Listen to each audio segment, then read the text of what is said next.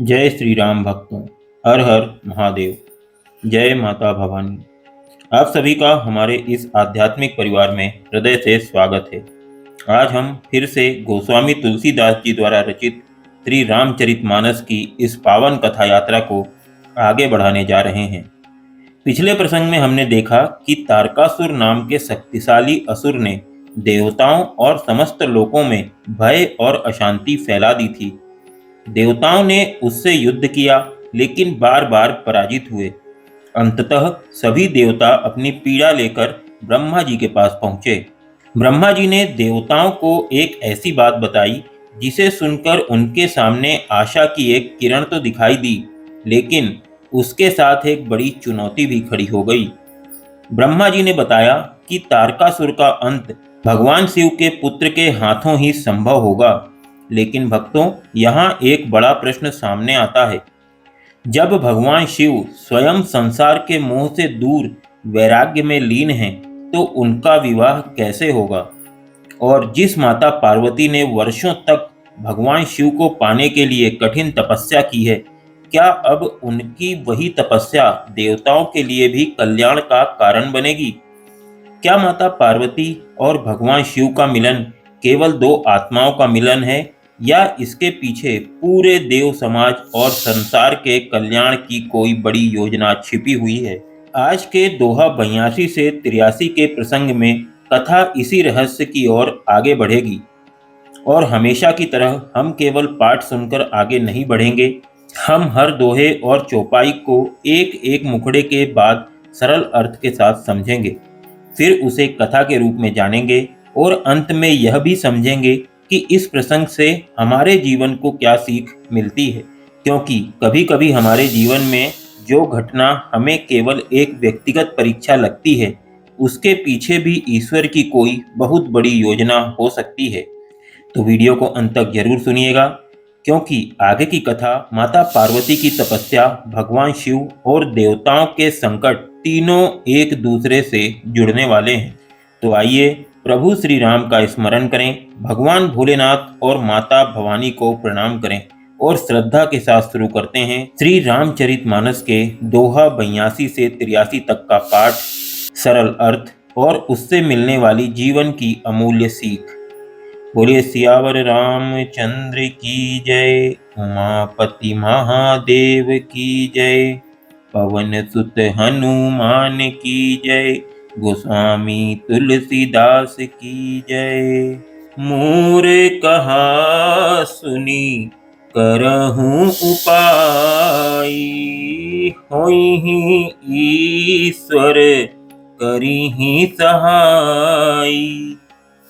अर्थात ब्रह्मा जी देवताओं से कहते हैं, मेरी बात सुनकर अब तुम लोग उसी के अनुसार उपाय करो। निराश होने की आवश्यकता नहीं है, क्योंकि तारकासुर के अंत का मार्ग अवश्य निकलेगा। ब्रह्मा जी कहते हैं, ईश्वर की कृपा से तुम्हारे कार्य में सहायता अवश्य होगी। जब उद्देश्य संसार के कल्याण का हो, तो भगवान स्वयं उचित समय पर सहायता का मार्ग बनाते हैं। सती जो तजी दक्ष मख देहा, जन्मी जाई हिमाचल गेहा। भक्तों, आगे की पंक्ति हमें ये बताती है कि ब्रह्मा जी अब माता सती की पुरानी कथा बताते हुए कहते हैं, दक्ष के यज्ञ में अपने पिता के व्यवहार से दुखी होकर सती ने अपना शरीर त्याग दिया था। वही माता सती अब हिमाचल अर्थात हिमवान के घर में पुत्री के रूप में जन्म ले चुकी हैं। यही माता पार्वती हैं, जो भगवान शिव को पाने के लिए कठोर तपस्या कर रही हैं। भक्तों, जब देवताओं ने ब्रह्मा जी से पूछा कि तारकासुर का अंत कैसे होगा, तो ब्रह्मा जी ने उन्हें आश्वासन दिया, तुम मेरी बात सुनो और उसी के अनुसार उपाय करो, ईश्वर तुम्हारी सहायता अवश्य करेंगे। फिर ब्रह्मा जी ने उन्हें एक बहुत महत्वपूर्ण रहस्य बताया। उन्होंने कहा कि जिस सती ने कभी दक्ष के यज्ञ में अपना शरीर त्याग दिया था, वही अब फिर से जन्म ले चुकी हैं। इस बार उन्होंने हिमवान के घर माता पार्वती के रूप में जन्म लिया है। अब देवताओं को समझ आने लगा कि माता पार्वती की तपस्या और भगवान शिव से उनका मिलन केवल व्यक्तिगत प्रेम की कथा नहीं है। इसके पीछे तारकासुर के अंत और समाज के कल्याण की एक बहुत बड़ी दिव्य योजना भी जुड़ी हुई है। जिस सती ने पहले शिव जी से वियोग के कारण अपना शरीर त्याग दिया था, वही अब पार्वती बनकर फिर से शिव जी को पाने के लिए तपस्या कर रही हैं। और आगे यही तपस्या भगवान शिव के पुत्र के जन्म का कारण बनने वाली है, जो तारकासुर का अंत करेगी। यहाँ कथा हमें बताती है कि ईश्वर की योजना हमारी समझ से कहीं बड़ी होती है। कभी कोई घटना हमें अंत जैसी दिखाई देती है, लेकिन वही किसी नई शुरुआत का कारण बन जाती है। सती का देह त्याग अंत नहीं था, वही आगे चलकर पार्वती के रूप में उनके पुनर्जन्म का कारण बना। इस चौपाई से आज के जीवन में हमें शिक्षा लेनी चाहिए कि जीवन में कठिन परिस्थिति आने पर तुरंत यह नहीं मान लेना चाहिए कि सब कुछ समाप्त हो गया है। कई बार ईश्वर किसी एक रास्ते को बंद करके हमारे लिए उससे भी बड़ा रास्ता खोल रहे होते हैं। इसलिए कठिन समय में निराश होने के बजाय विश्वास रखिए, अपना प्रयास करते रहिए और सही समय की प्रतीक्षा कीजिए। जिसके पीछे ईश्वर की योजना होती है, उसकी कहानी वहीं समाप्त नहीं होती जहां हमें अंत दिखाई देता है। तेहि तपु कीन्ह शंभुपति लागी, शिव समाधि बैठे सब त्यागी। अर्थात भक्तों, माता पार्वती ने भगवान शंभु को पति रूप में प्राप्त करने के लिए कठोर तपस्या की। उनका पूरा मन और जीवन शिव जी को पाने के संकल्प में लगा हुआ था। दूसरी ओर भगवान शिव संसार की सभी आसक्तियों को त्याग कर गहरी समाधि में लीन हैं। उनका मन सांसारिक विषयों से दूर और परमात्मा के ध्यान में स्थित है। यद्यपि अहं अस मंजस भारी, तदपि बात एक सुनहु हमारी। भक्तों, आगे की पंक्ति हमें ये बताती है कि अब ब्रह्मा जी कहते हैं कि स्थिति बहुत कठिन और उलझन भरी है। एक और पार्वती शिव जी को पति के रूप में पाने के लिए तप कर रही हैं और दूसरी ओर शिव जी संसार से विरक्त होकर समाधि में लीन हैं। फिर भी ब्रह्मा जी देवताओं से कहते हैं, तुम मेरी एक बात ध्यान से सुनो। इस कठिन परिस्थिति का भी एक उपाय है और आगे चलकर यही उपाय संसार के कल्याण का कारण बनेगा। भक्तों, ब्रह्मा जी ने देवताओं को समझाते हुए कहा, माता पार्वती भगवान शंभु को पति रूप में पाने के लिए कठोर तपस्या कर रही हैं, लेकिन दूसरी ओर भगवान शिव ने संसार की सभी आसक्तियों का त्याग कर रखा है और वे समाधि में लीन हैं। इसलिए देवताओं के सामने एक बड़ी समस्या थी। एक तरफ पार्वती का अटूट प्रेम और तपस्या थी, तो दूसरी तरफ शिव जी का गहरा वैराग्य और समाधि।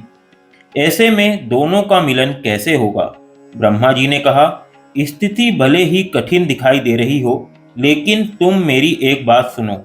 इस समस्या का समाधान अवश्य निकलेगा और यही वह मोड़ है जहां से कथा आगे भगवान शिव की समाधि और माता पार्वती के तप के बीच एक दिव्य योजना की ओर बढ़ती है। इस चौपाई में दो विपरीत स्थितियां दिखाई देती हैं, पार्वती का प्रेम और शिव का वैराग्य। एक और पाने की तीव्र इच्छा है और दूसरी ओर संसार से पूर्ण विरक्ति।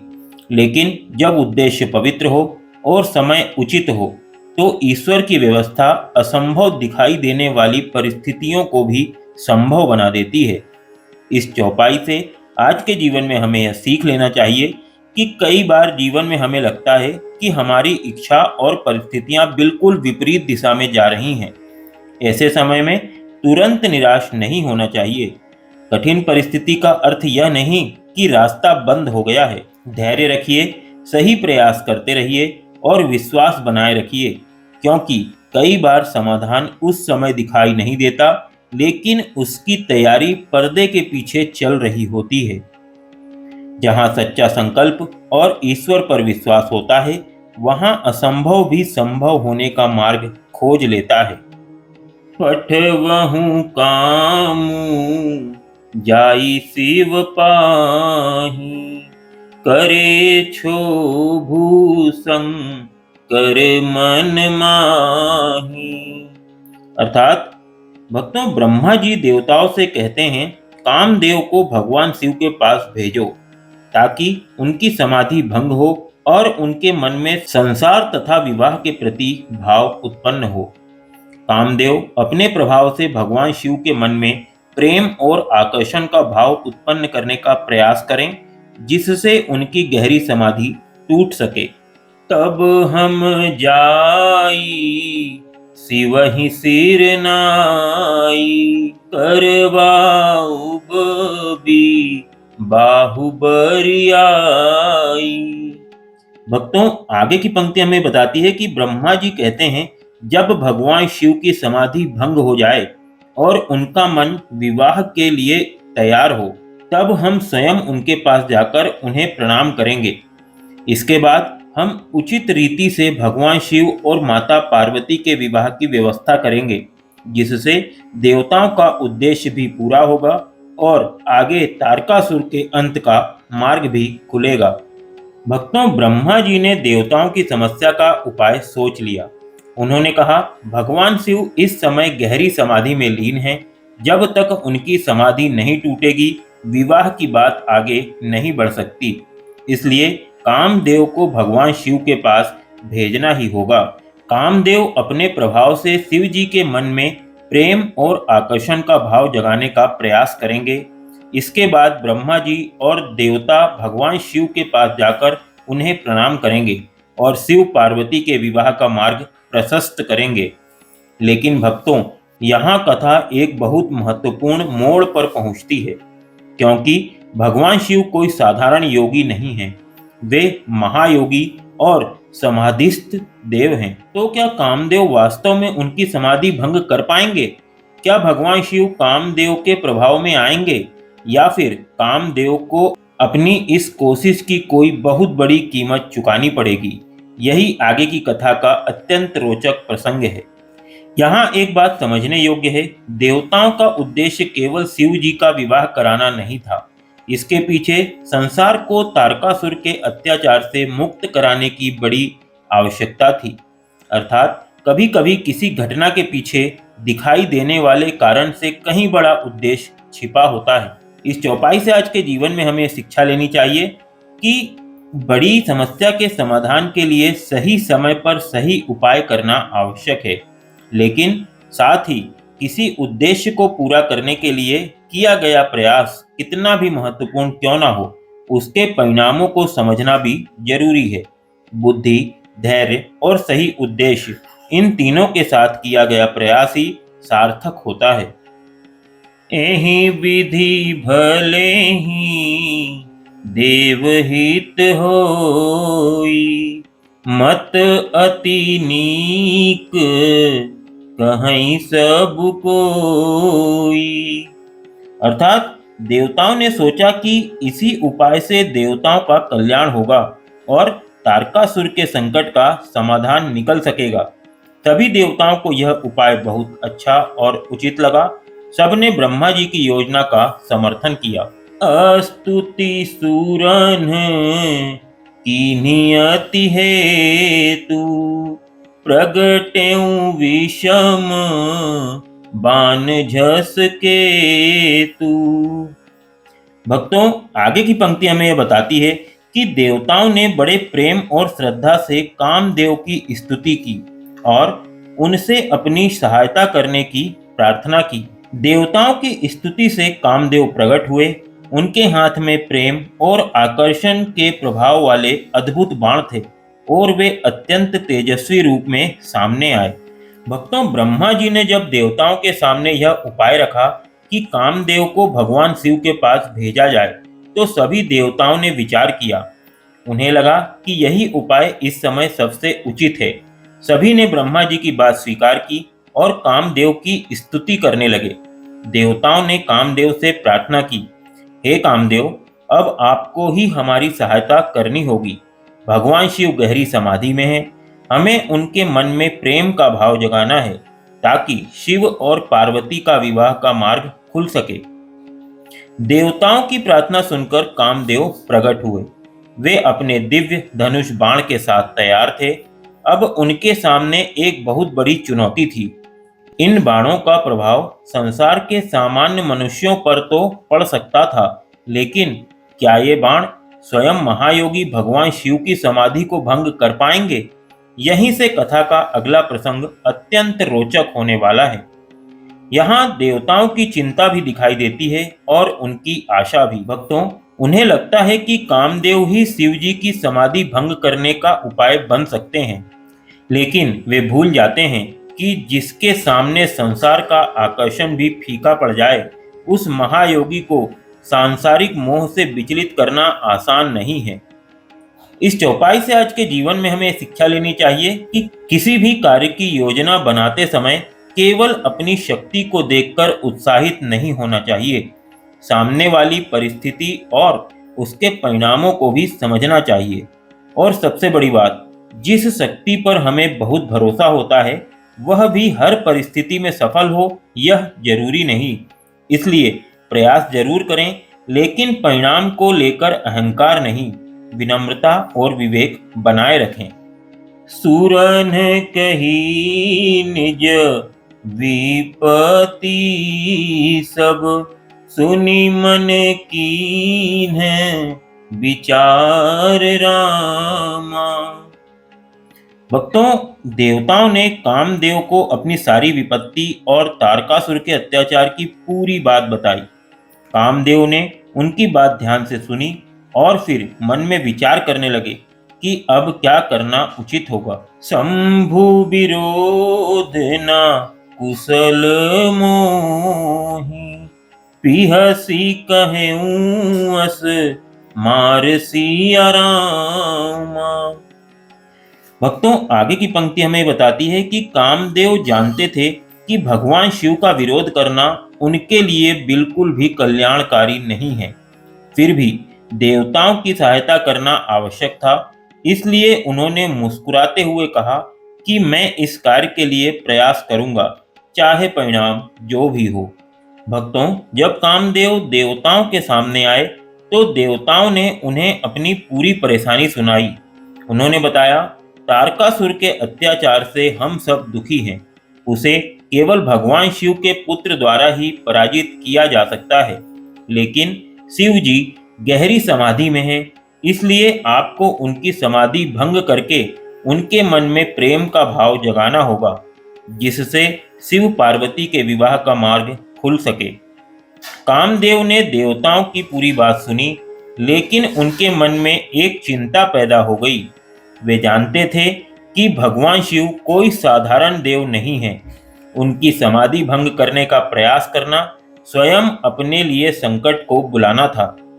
कामदेव ने मन ही मन सोचा, शिव जी का विरोध करना मेरे लिए शुभ नहीं होगा, लेकिन देवताओं का संकट भी बहुत बड़ा है।